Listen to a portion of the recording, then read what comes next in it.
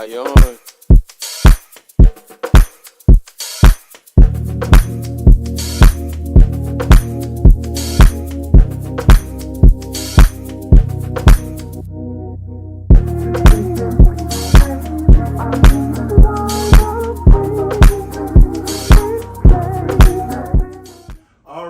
Welcome to Hell I Don't Know podcast. Hey everybody, I'm Darrell. I'm Jordan.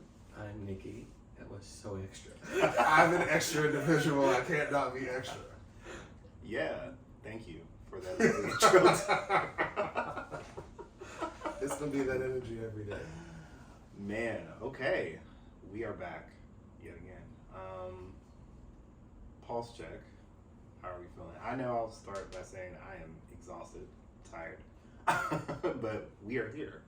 How are you feeling? I'm good. I'm not tired. I slept well last night. Good. We love good sleep. Yeah. What about you, boy? No boy. It's getting very slavery era. That's what it sounds like. Not cool. It's 2024. Anyway, yeah, I'm doing really well. We've been having some volume levels. Caught that. I'm doing really well. I'm tired, but I'm pushing through, and I am blessed and highly favored. Yeah, I mean, this is what we do as creatives, and we work jobs, and then we also create and do things. So tired comes with the territory. But today, I want to kind of like talk about. So there's been like some albums lately that have been very like healing and therapeutic, just through for myself, but also too just like I feel like music and film, whatever it can be, has all these different forms of like healing and like almost like therapy. So I kind of want to like dive into that, like how art can be therapy. So that's what I want to talk about today. So, I love this topic, Jordan. Thank you. It's quite a nice topic. But yeah, so just I kind of want to just start a little bit about like what art has been therapeutic for you. Whether you can share, it can be an album, it could be a film, it could be a book, whatever it may be. I kind of want to just, I know you guys need probably a moment to think about it, but just for example, I'll start off with one. Let me think of SZA, Control. That was for me, very therapeutic healing album, because I felt like at the time she was saying a lot of the shit that was going through my head, and I was like, oh wow, this is here in album form, and it's like somebody else is thinking about some of the things that I'm thinking about, like especially when she was talking about like in Broken Clocks, talking about like running fast from a day job and things like that, and I was like, I can relate. But just so many different parts of that album. It was like super vulnerable. The lyrics, the honesty, and just kind of just being like, fuck it, I'm just gonna say this shit. And I felt like that, being that brave to share that like vulnerability on an album, but it's like it helps other people too feel that, like, oh, I feel seen or I feel heard, kind of thing like that. So like that was one for me. But like I have a list of things, but I'm like curious, like what is something from you guys that kind of like did that for you? And then I kind of want to dive into a little bit about like what it does for you. What does that mean for you outside of just the thing you want to share? Before we jump into that, okay. How did you relate to The Weeknd? When I said this, I said it was. I said the album. I didn't say every. I didn't mean every song I could relate to. But again, too, at the same time, if I were to say, could I relate to that song? Or any on the album. We don't have to be petty. I'm not being petty, but like that was a hit from the album. How else will someone answer the question that I relate to SZA's The Weeknd? Like, how else would you relate to that? I don't know. That's why I asked the question. Well, Jordan, I'm saying you can do the entire album. I mean, I was saying the entire album. I wasn't just saying just specifically The Weeknd, but I'm trying to think. I don't think I had. Okay, we'll say exception of that song because I don't think I was in that situation before. Actually, Yeah, maybe more so on the end of having more than one person that I was talking to at the time. Got it. I wouldn't say that I was. The weekend. Yeah. Got it. Wow. So people were your weekend. Listen, this is an honest. You was in these streets. So people were Jordan's weekend. Got a roster over This here. was a long time ago. Let's relax. We have grown and we have evolved since then. We are, saved. I mean, that Not saved. Sanctified and Holy Ghost filled. I love that. Kidding. But no, the album itself, like a lot of the topics and themes, I feel like it was more than just what you talked on the weekend. I was just playing. You're just trying to be shady. It's And- fine. Oh, absolutely. I'm just being. I'm sorry. It's a joke. But Darrell, you can go first. Oh wow. A lot of things, but Love that. recently, this past weekend, my partner and I were watching this show on Hulu called it's not a show, it's a movie called All of Us Strangers. Okay. All of Us Strangers. And I honestly was not even trying to watch the movie. We were just sitting here trying to figure out something to watch. And he was like, "Oh, let's watch this." So I was like, "All right, cool." And without spoiling the plot, because it's fairly recent and somebody might be watching it, and I would suggest that you do. But the movie was about a man whose parents have. That's kind of it's about a man who has had to deal with life on his own. Okay. And a lot of him, he's a very lonely man. He doesn't feel like he's a fulfilled man, and he has a lot of trauma, mental trauma, and a lot of that comes from things that he wishes that he could have said to his parents. Okay. And he, in a way, invents the opportunity to do so. And it was very healing for me because my parents and I, first of all, I love my parents. Shout out to Darrell and Retha. I'm a junior, just in case y'all didn't know. I'm a Darrell Jr. And I've always had a very close relationship with my parents, but we've also butted heads about certain things. And as a person, I felt like when I got to like maybe my mid-20s, I started thinking about all the ways their expectations made me an unhappy person.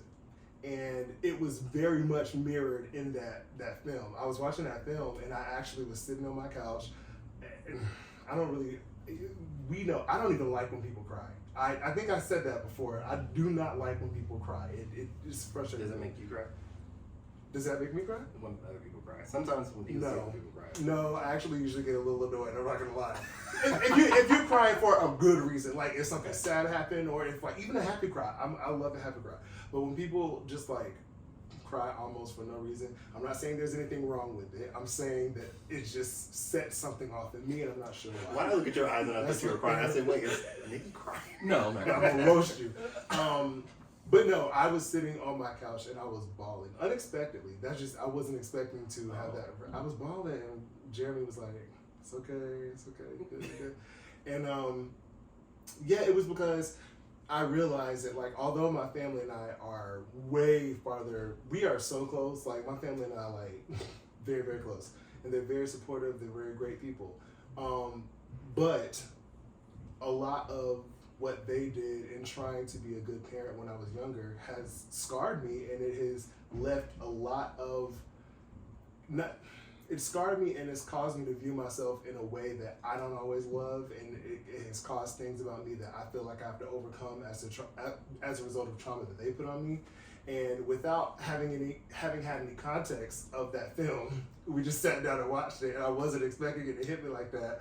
I was just like, oh my gosh. But then after we had a little conversation about it, I was like, I'm glad that I can see that and it can affect me emotionally, but I can also see that is no longer my situation. I'm not still in that space. And it kind of made me sad for people that may not be in that space, or people that may not, be comfortable with the conversations that they have to have with their loved ones sometimes. So yeah, that was All of Us Strangers on Hulu, starring some white people. I don't know their names. Everybody in the movie was white, so okay, but it moved you. So it very much did. And it's interesting you shared like to me, you know, from what I know, you come off, you know, super confident and like, you know, like very just like, I don't know, I feel like I hardly ever get this like vulnerable moment. So Absolutely. this is like it's really cool to like hear that and like know that, you know, that's something, you know, you can probably relate on or other people can relate to, I'm sure, listening to the podcast. So Absolutely. that's, again, that's why I love this topic, and I love just like this, like, you know, healing through art thing. Like, I think it's really a great thing. I've done it so much, but now I hear what you've been through. Because I feel like it's gonna. I'm actually curious what Nickie's gonna say. I'm like, It's funny. I was going to say something completely different until after you spoke, Darrell, and it's actually this book. Wow. Called "Don't Cry for Me." please, can you cry? I'm not about to cry. This is a reason. This is a good reason. Like Darrell, but I think a little bit different. I have a contentious relationship with my dad. So for everyone out there, my dad is still alive. I grew up with my dad. My dad is not like dead, or he wasn't a deadbeat. So just that's not the contentious relationship. But kind of what you were saying, Darrell, like the expectations your parents put on you, and like you, I'm also a junior. And the expectations that my dad put on me growing up, and even like till this day, it's like you know how the bar consistently rises and you feel like you can never reach it. Well, in this book written by Daniel Black, the book is interesting because it's all the things the dad wanted to say to the son, and in this book, their relationship is contentious. Like they don't really speak.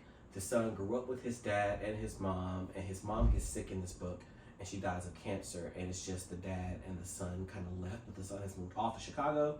Wow, parallels here. The son had left to Chicago to do his career, to become a lawyer, and like his mom understood him, but his dad didn't. And in this book, his dad is kind of talking about like all the mistakes that he's like made in his son's life, and he's talking about like how he was just trying to raise his son how he was raised, and he was raised in Arkansas as a Southern black father. I was raised by a Mississippian black father, and just doing the best he could, but not fully understanding his son, and that's what kind of soured their relationship.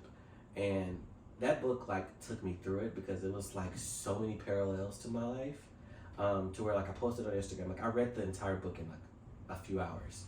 And it's like 400 pages. Like it's a great book. If you ever read Don't Cry for Me by Daniel Black, to where like I DM'd, I put the book on and the author DM'd me, and he was talking to me about just how that book parallels his life. And I think that was kind of healing for me in a sense, because I mean my dad would tell you this. He'd tell you all the time that I don't listen, that him and I are always going to butt heads, but like it humanized my dad for me a little bit. Because you guys know this, our relationship is interesting. It's being a junior, having him hold all these expectations of me just as a person has been very difficult. And reading that book allowed me to kind of like, I don't want to say almost forgive him in a way.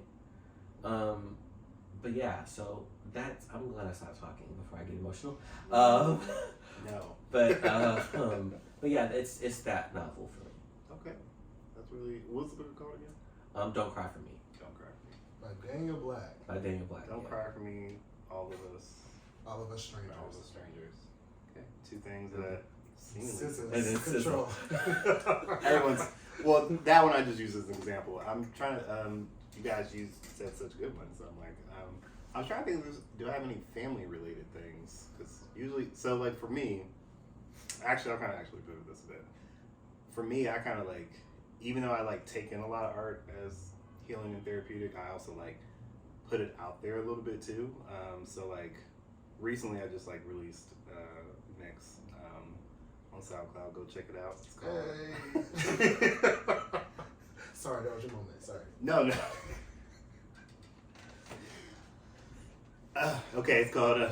sorry. It's called So... Idiot. I know. A little bit. Hilarious. It's called So Far Gone. It's on SoundCloud. J Vibration. You know, small little plug there. But yeah, I was like going through like weird shit in like with just like personally, and just kind of like just like a lot of like self-reflection. And I was like, I kept having this thing that was like in my head. I was like, I gotta get this out of my head. So I was like, I'm going to go make this mix so I can like, sometimes I like to like speak through my music or like the music that I'm doing just so it can like get out of here, because I feel like it's a lot of stuff. I'm not always the most vulnerable person, or I don't always like share the most, and I don't like open up easily, so it kind of takes me a while to like do that. So I use different outlets to do that. So like this most recent mix, I kind of like put a lot of like emotion and feeling into it of like what I was feeling or like what I was going through, or like even like stuff that I've like wanted to say to people that I don't know if I'll ever say or if I will say, but it kind of just felt like good to like, it felt like I was saying it because I put it out. So for me, it felt like healing for me, because I was like, ooh, this is out of my head now, you know what I mean? So it was like that really freeing feeling, which is something I felt like I needed, because if not, I felt like trapped in a way. So a lot of times when I do that, I like to do that. Or like before, when I used to do songwriting, that's when that's what I would put a lot of feelings and stuff out there. That's why I usually always gravitate like artist wise to people like great lyrics and stuff like that, contrary to the belief of the album that I like right now.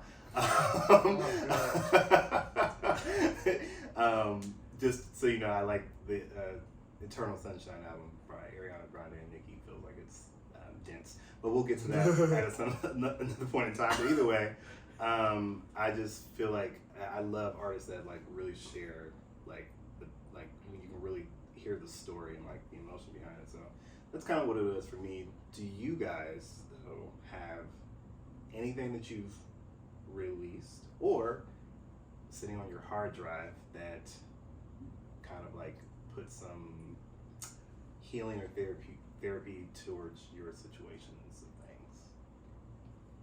Why are y'all looking at me? No, you were looking at me. You can go first. Well, nope. You went first last time. Wow. The short answer is yes. I will say this. I didn't realize this until I think you brought this up to me, Darrell. Is that like I write pieces of what I'm feeling into different things. Nothing I write is fully everything I'm thinking and feeling, and it's like attached to me. But like if you look at everything I've written from the movie, there's parts of myself that I've written in the movie. There's parts of myself I've written in the play that came out. The musical I'm working on, all the songs I've written. There's different vignettes of me in all of that, and I think I don't have the courage just yet to write fully everything I feel and think. It's what? Why do you feel like you don't have courage? Like especially if it's like people don't know exactly, because it might just be like a personal thing. Because again, people are going to listen to my mix that I just promoted right now and be like, "What the fuck does that have to do with Jordan?" But, well, I was not planning on being this vulnerable that I really don't appreciate this. Because I'm not ready. I'm not ready to, and I feel like if I put, as the people say, pen to parchment on it, I need to go through therapy to discuss the things I want to put there and then how I want to do them. Because I'm this kind of creator, once I start to write something, I actively work to put it out. So I don't ever want to be an artist that's like, write something and keep it in my computer, keep it in my hard drive, because it's going to drive me crazy. It's just sitting. So I know when I write this, it's so interesting because like the opening scene of it, I've seen like in my dreams, and it's pretty interesting in my opinion. But when I get ready to put said thing out, I need to make sure that I have went through therapy and healed to think about all the things that comes with it, because as you said, art can be therapeutic, but also putting it out can be another layer of trauma. True. That you go through. So I'm not ready just yet, and I know once I sit down to write it, then I'm ready to put it out, because I kind of work quickly. I'm pretty fast when it comes to writing, and then not like Tyler Perry, but like I'm pretty fast when it comes to like writing and then editing and then revise and then readings before I put something out. Yeah. Now, Darrell. Wow, that was so pointed. No, so for me, I've written a lot. I've written things. I've made things. I've made a lot of music. I've written some scripts. I think that I am a person that creates for myself. And I don't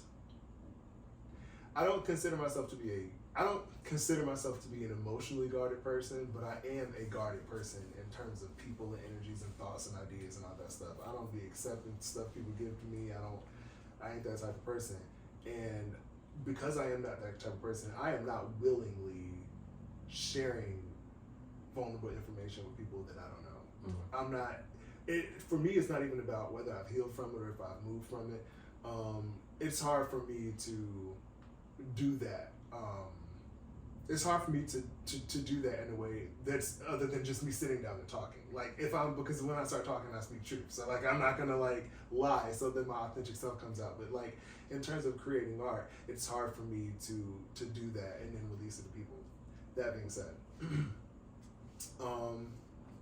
I talked about before that I made like I went through a breakup, but I also have I told you also that I've written multiple one-person shows without finishing any of them. Well, one of them I did finish, but I actually have one that is a very positive thing that I think I will release because when I finish it, because it's about my mother, and I want to.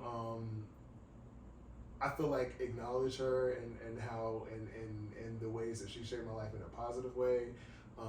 And I was very inspired.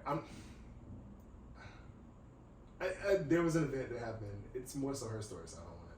But there's an event that happened that inspired this whole thing where I thought I could possibly lose my mother.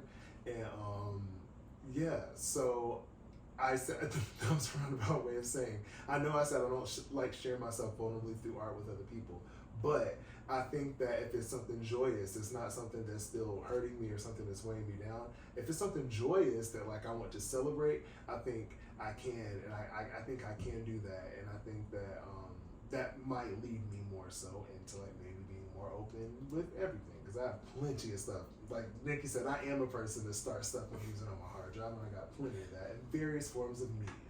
So I would be so curious to see anything, but I love. But what you said something great.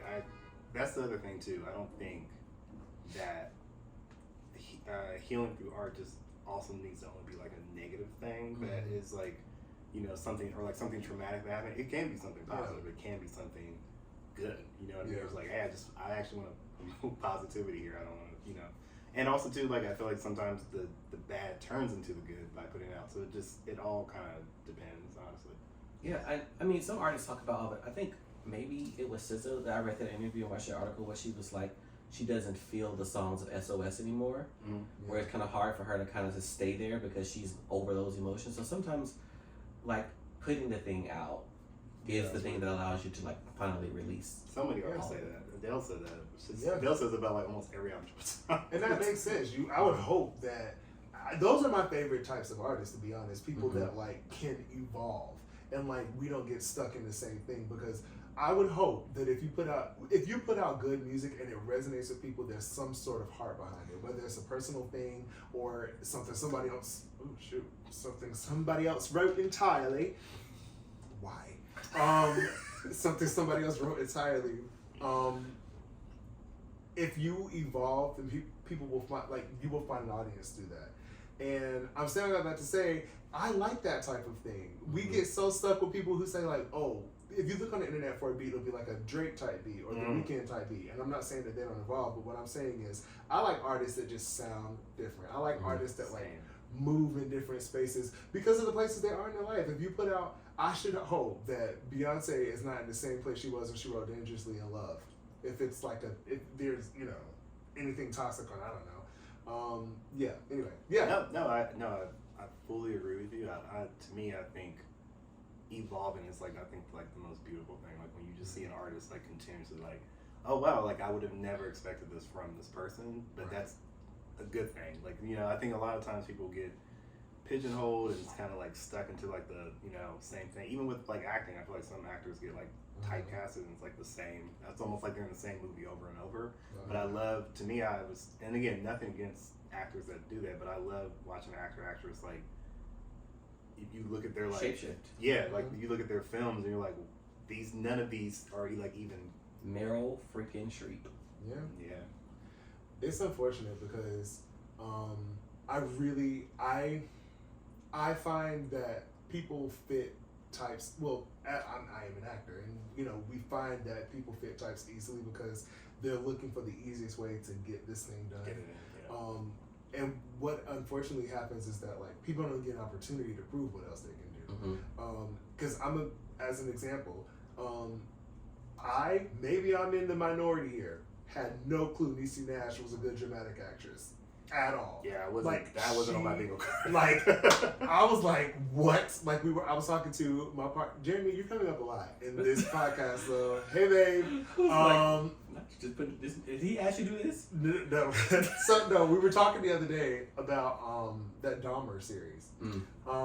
Which, I enjoyed personal feelings aside, because I don't think we should be celebrating a murderer. I watched it because I kept hearing Niecy Nash, was her name, and I know she's been in other things. She was in When They See Us and everything. I don't really know if I guess I forgot I don't know. But for whatever reason, I had not been paying attention to her as a serious actress until I watched Dahmer strictly because everyone kept talking about how great her performance was, and I was like, Niecy Nash? No shade. You're hilarious, but this doesn't seem like that type of vibe. Right. So I watched the show, and I was like, wow. This woman has incredible range, and Niecy Nash has been in the industry for a long time. And I've always thought of her as the Niecy Nash, loud black woman. That's what she was. And so, yeah, I hate that people get pigeonholed into those types of things, because then you're keeping the world for something, because now, this person has this skill set. We didn't even know you have so much more to offer, Anyway. No, I agree with you. Even, the other actress, who's the one that just won female supporting actress, Devon Joy Randolph. So funny enough, the first time I seen her, I realized it didn't hit me until she won, and I said, "Wait a minute, where have I seen her?" I was like, "Oh," because I used to watch the show on Hulu called High Fidelity with Zoe Kravitz, which I love them. Hulu. This. Count your fucking days. Literally, how dare you to take us through all that for one season and not return to whatever. It's fine. But she was really she was more of a comedic role in that show, and I was like, oh. And then she was in The Idol randomly with. I watched the first episode and was like, no. Yeah, that's no story. That could be an episode in itself. Right. Talking about that show. But then she's in the Holdovers, and I'm just like, wow, the range already, and it's she might have been in other stuff, but those are the three things I know her in, and those are three totally different things. So to me, again, it just shows that versatility and just evolving. She's already growing, and I think that's really cool to see. So. Fun fact though, she also originated the Oda Mae Brown role in Ghost the Musical on Broadway, the Whoopi Goldberg role. Oh wow. Yeah, she got a Tony nomination for it. Wow. Okay. And she did say she was a singer first. Yeah. She said, I'm a singer first. Yeah. She got that one Broadway credit, got a Tony nomination, said, bye. Ain't done a Broadway show since. I ain't mad. I love it. To see her win like that, that was really cool. So. Yeah. I also appreciate, kind of going back to our topic, is I feel like we're in a place now, if we think about kind of the art from the 80s and early 90s, the vulnerability that people are putting into their art now was not a thing back then. No. And I think that I honestly believe that it has helped us as a generation evolve to be more open to sharing our emotions, more open to going to therapy, more open to saying that, hey, this is difficult. Because just even thinking about, and I love my parents, but my parents, I believe, don't have the emotional intelligence that people in our generation have, because there was no outlet for them. Yeah. And I think the more we evolve, and Gen Z, Gen Alpha, they're telling you what they're feeling almost instantly. Yeah, I feel I feel like therapy is celebrated way more now. Because I feel like when I was younger, or even when my parents were around, it was always associated with what's wrong with you. Yeah, pretty crazy. You know what I mean? And it was like even too when I first started going, no shade to my family at all, but they were just like, "Is everything okay?" I'm like, "Yeah, I just want to do this for myself." Yeah, my dad asked me, "What's wrong with you?" When I told him I was in therapy, and I was like, "You." I'm just I was like, "What'd you really say?" No, I told him, I said, I've had a tumultuous childhood, and I need to work through some things. But now I understand that creating is kind of like my outlet for it, because it comes out in children's books, movies, plays, and songs for me. I love that. I love that you have a children's book too. Yeah, thank you. You should tell people that. I have a children's book. It's called Jason's Choice. And it's about a little boy deciding to quit football and to do music. And where can you find it? You can find it on my website, and you can find it on Amazon in 2 weeks. What's your website? My website is drnickyfloyd.com. Why are you laughing? I was being serious. Because that doctor is so pretentious. Okay. Anyway, I'm saving that for another episode. We gotta dive into why it's such a. You should be proud of that. yes. It's fine, whatever. Anyways. But okay, great. Yeah, this is awesome. Do you guys have any other thoughts or? No, this is a quick episode. I can't handle any more vulnerability right now. Yeah. This was good. I think it's good to.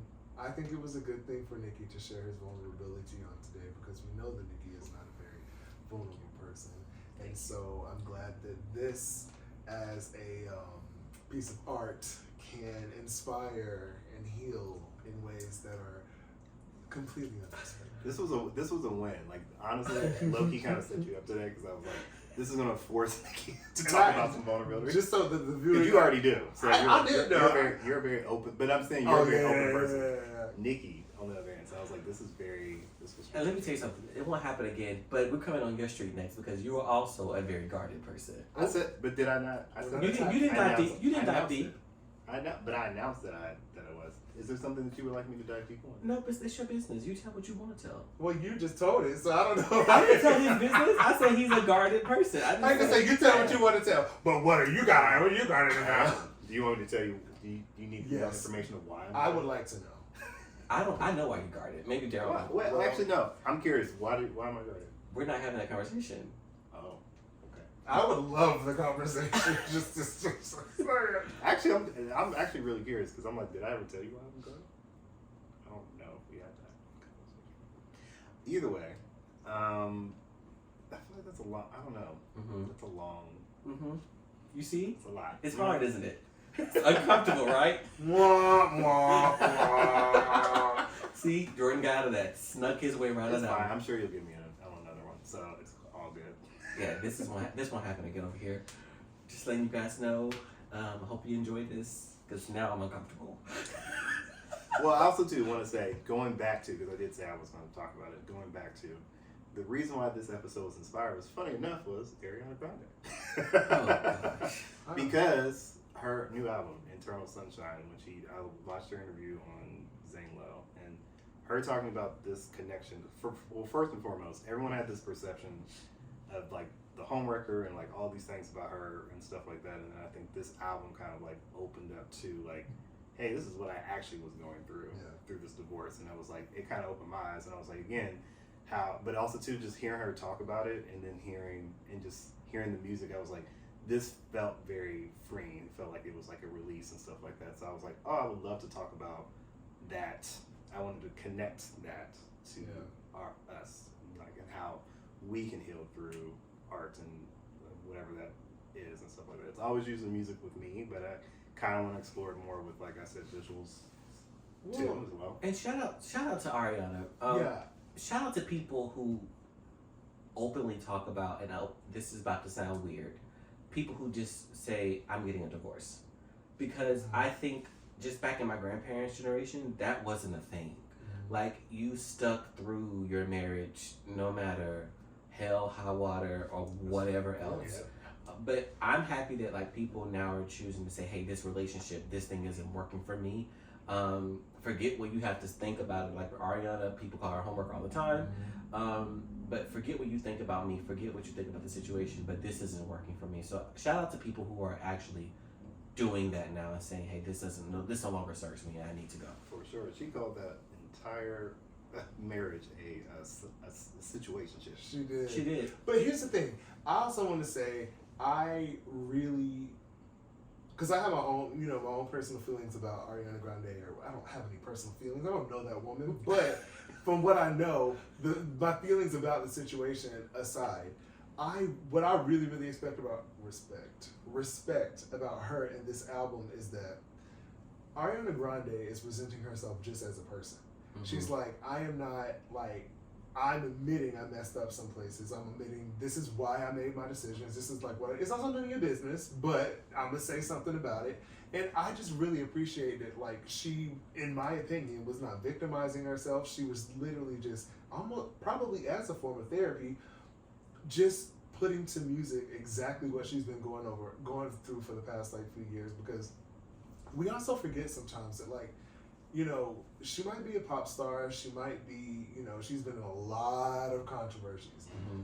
But she's also had a lot of tragic things happen in her life that I'm sure she's suffering from as a form of trauma. And before she was even famous, like as a kid, like you don't know what she went. I mean, I know she was a child star of some sorts, but they got that Nickelodeon documentary coming out, so who knows what she went through. Who knows what she's saying? Like, I'm saying, like, this woman has seen so much trauma in her life and has lived the majority of it in front of the judging eyes of the public. And so for me, what I really enjoy and what I'm inspired by is her ability to just like come out and be like, this is what happened, this is where I messed up, I'm just giving you my feelings on it, and I'm hoping I can move forward through this album. And I just really value people that can do that. Same. I feel like that would be tough for me to do. Like, even though I talked about that my mixes do that, but I feel like hers was like a lot more literal on the album, not as like disguised in a whole bunch of like metaphors.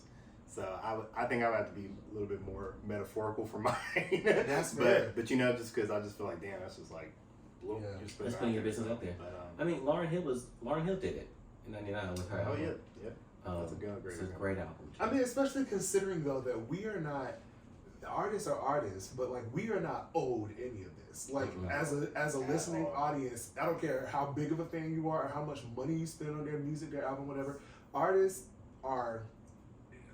in the commercial music industry space are products, and you are buying their product, which is them. It is their brand, it's their merchandise, it's their music. They are a commodity to us. Mm-hmm. But they're also human beings, and we are not entitled to anything from them in their personal lives and their personal feelings. We're not entitled to any of that. So for the brave few that do come out and are willing to do that, I think honestly that's how you end up being great, to be honest. No. People identify with it. I agree. I just wanted to put that out there because people feel so entitled to all the like, why you didn't tell like us they know this? these people, like it's like. They don't got your and what's interesting is that the people who are saying this is not enough, they don't tell their business. Right. And honestly, it's usually the main people that are complaining about this person not saying it are the people that don't say it. And let me clear something because Jordan just said I don't like this album. It's not that I don't like. I just like saying it. Share enough. I just felt like the lyrics are simple, and that the keys were so. So you similar. think Ariana Grande is dumb? I didn't say that. I just said I said the lyrics. She wrote the lyrics. The lyrics are simple. She rhymed like fears and tears again and again. Like the rhyming schemes are very.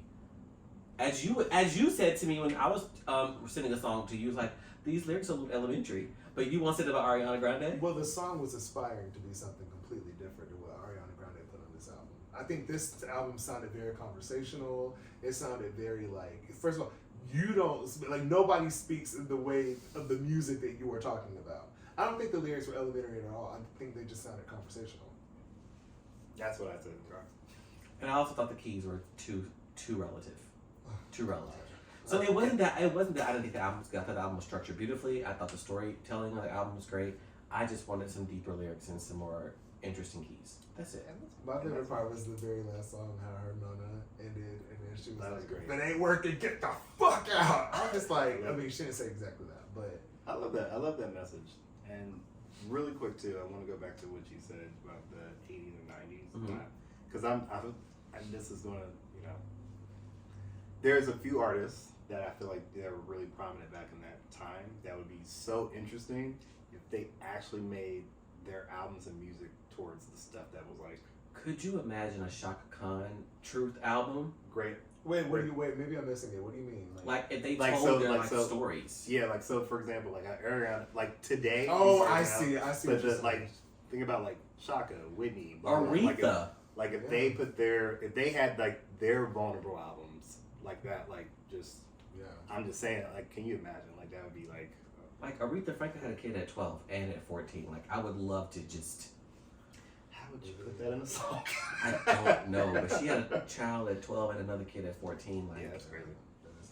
can you just imagine? No. No, I can't. But yeah, I just wanted to. That is something to think about. I'm like, that's a good point because I never thought about that. It's not an artist. By the way, we wrapped this episode already in the middle, and we We kept did. Well, we never fully wrapped. That's true. We never. Yeah, it wasn't like officially, but now. Farewell. Thank you all for listening. This was great, and we got Nickie to be vulnerable. So Not happening anymore. We'll see. All right, guys. See you next time. Bye, guys. Like,